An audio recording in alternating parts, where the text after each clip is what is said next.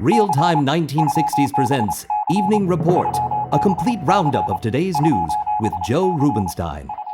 Good evening. At West Point, President Kennedy issues a pardon. In Washington, the Surgeon General forms a committee. In California, Richard Nixon wins an election. The Viet Cong take prisoners, an ex-Marine comes home, and Marilyn Monroe is fired. Those are the headlines. The details after this message. Here's Shirley Jones, star of Warner Brothers' The Music Man. She's a luster cream girl. That's right.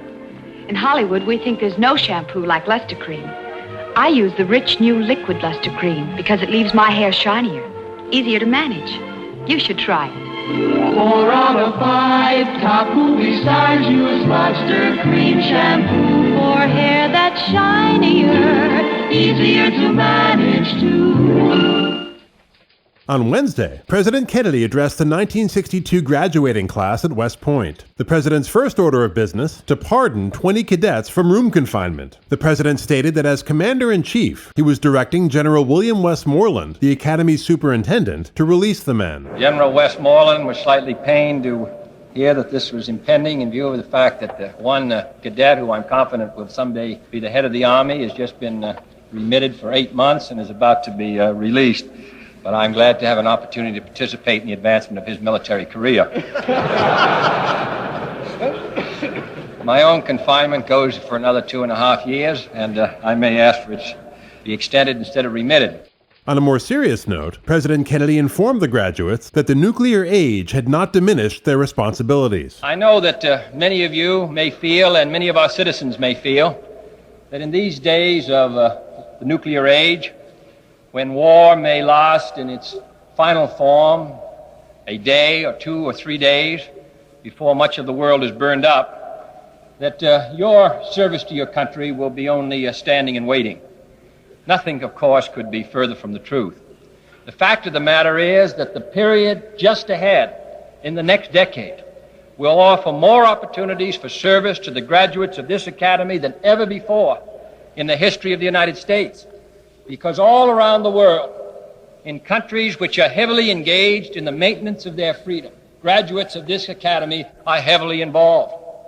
Whether it's in Vietnam or in Laos, whether it's a military attaché in some Latin American country during a difficult and challenging period, the burdens that will be placed upon you will require more from you than ever before in our history. General Tucker in Laos or General Hawkins in Vietnam, and a dozen others who hold key and significant positions involving the security of the United States and the defense of freedom, you're going to follow in their footsteps. And I must say that I think that you will be privileged in the years ahead to find yourselves so heavily involved in the great interests of this country. The president described a new kind of warfare for which the graduates must be prepared. New in its intensity, ancient in its origin, war by guerrillas, subversives, insurgents, assassins. War by ambush instead of by combat. By infiltration instead of aggression. Seeking victory by eroding and exhausting the enemy instead of engaging him. It requires, in those situations where we must counter it, a wholly different kind of force and therefore a new and wholly different kind of military training. In communist-infested territory in the central highlands of South Vietnam yesterday, 4 American missionaries under military escort traveled to the Ban Mae To Hospital for Lepers. Upon arrival, they inspected the damage left by Viet Cong guerrillas who had ransacked the hospital 8 days earlier for penicillin, other drugs, and surgical equipment. The Viet Cong had ordered the lepers to return to their villages and then kidnapped 3 American staff members. Taken prisoner on May 30th were Dr. Eleanor Vietti of Houston, Texas, Reverend Archie Mitchell of Ellensburg, Washington, and Daniel Gerber, a 21-year-old conscientious objector from Dalton, Ohio, who had been serving at the hospital to comply with U.S. military draft law. Since the raid, Vietnamese patrols have been searching the area for the 3 captured staff members with no positive results. Yesterday, the 4 American missionaries were pleased to find that over half the lepers had returned safely and that none were in very bad condition. Most of them are from indigenous Montagnard tribes, whose traditional practice of dealing with returned lepers is to bury them alive.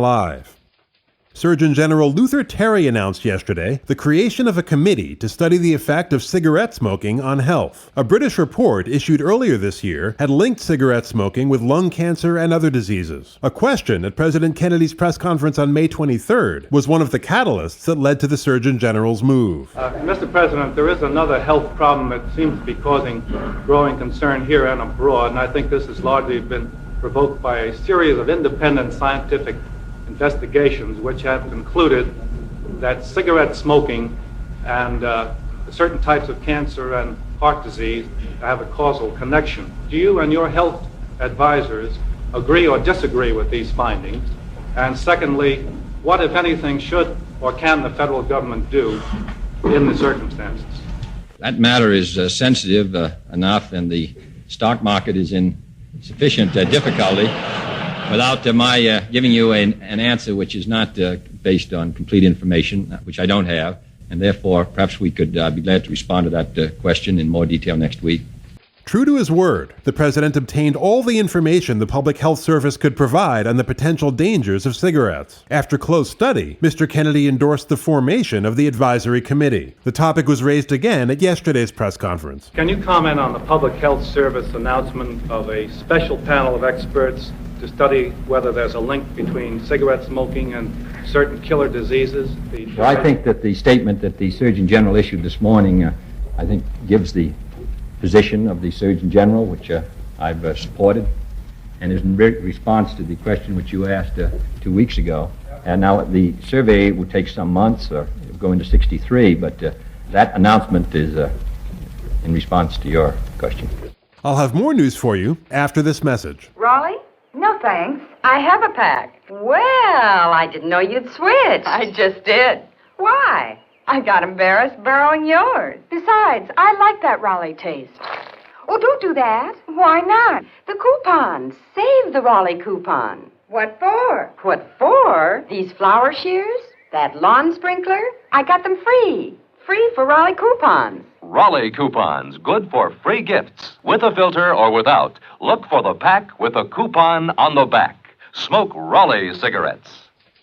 Here again, Joe Rubenstein. Former Vice President Richard Nixon became the Republican nominee for governor of California by winning Tuesday's primary election. Mr. Nixon defeated Assemblyman Joseph Schell, a conservative backed by the John Birch Society and others on the extreme right. Mr. Nixon will face Governor Edmund G. Brown in the general election on November 6th. Today, Governor Brown said he was not surprised by Tuesday's result, adding, quote, "Schell made a strong campaign, but he was up against a nationally known figure. I anticipate the greatest fight of my life, but I know we will win," unquote. At his press conference yesterday, President Kennedy, a strong ally of Governor Brown, was asked about Mr. Nixon's victory. No, I know primaries are difficult, and I think that when he emerged from a tough one, and I think which I congratulate him for. Now, as far as my plans, I will be active in the fall, but we haven't fixed a definite schedule.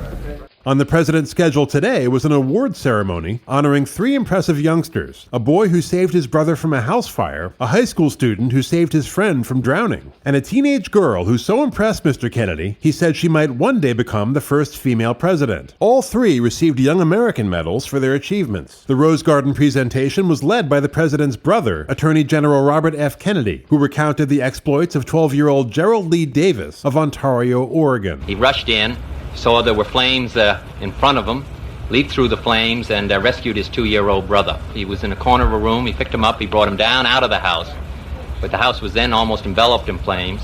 His mother was outside and called the fire department. He looked around and saw that one of his brothers was still missing, a 4-year-old boy. So he went back in, through the flames once again. His mother came back, and they searched the rooms, found there was one room they couldn't possibly get to, and still didn't find their brother, knew that he must be in there. So his mother pushed him up. He grabbed hold of the banister, lost all of the skin on his hand, pulled himself up over the banister, went in through the room, and brought out his 4-year-old brother, dropped his brother down to his mother's arms, and then jumped down himself. He went to the hospital, where he recovered from these being very badly burned. He was asked at the end of it why he made such an effort, and he said, I wasn't going to lose my little brother. flames were not going to keep me away from my brother, so I went anyway. Well, I might say, Mr. President, he said that he didn't understand why he was being called back here because this didn't have anything to do with it. All he wanted to do was rescue his little brother. Well, I appreciate that. Well, I want to express our congratulations to this young man and also our pride in him. And I'm sure that the people of his community and state feel very strongly that this is the best we produce, our best national product, in a sense, which is young men like him. So we want to congratulate you, tell you that we're very proud to have you here. Next, the Attorney General turned his attention to 17-year-old Mary Ann Kingry of Saginaw, Michigan, highlighting her exceptional career in the Junior Red Cross. Mary Ann was the elected secretary of the Midwestern Area Advisory Council of the Junior Red Cross and was subject of a feature article in the Journal of the American Red Cross. And other activities was vice president of the Saginaw Youth Council and president of the citywide Senior High Council. Mary Ann has continued as a member of the Scholastic Honor Society throughout high school. It's an unusual award, as I said, Mr. President. It hasn't been made since 1955. A great deal of study and effort and work is done by the committee to select a proper individual, and she was found to be outstanding for her great contributions to her community, her school.